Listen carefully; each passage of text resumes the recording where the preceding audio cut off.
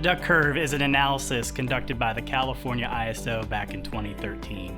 And what it does is it looks at net load and how that changes over time. So the net load, what that is the load served by dispatchable generation. So basically taking out variable wind and solar.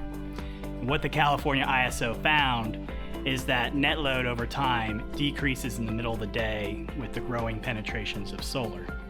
What that means, and the implication of that, is that during the middle of the day there's a risk of oversupply because net load goes quite low.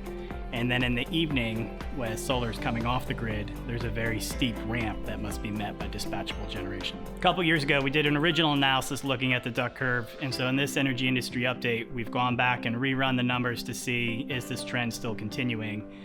One of the most interesting things is that it is still continuing, and we see it happening across the years. One of the most notable numbers out of the original duck curve forecast was that in the year 2020, midday net load would come down to about 12,000 megawatts. Just recently for this EIU, ScottMadden looked at about over 7 years of hourly load data from the California ISO. What we have found is that midday net load has come down all the way down by 5,000 megawatts. In addition to the midday net load, we've also looked at ramping. And ramping most recently in this 2019 has come all the way up to 14,000 megawatts.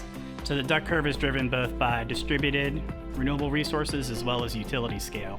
Both play a factor, but the biggest contributor is utility scale solar because of the larger capacity. One of the important things to realize, since utility scale renewables is driving this, is the potential for it to shift to other markets in the United States.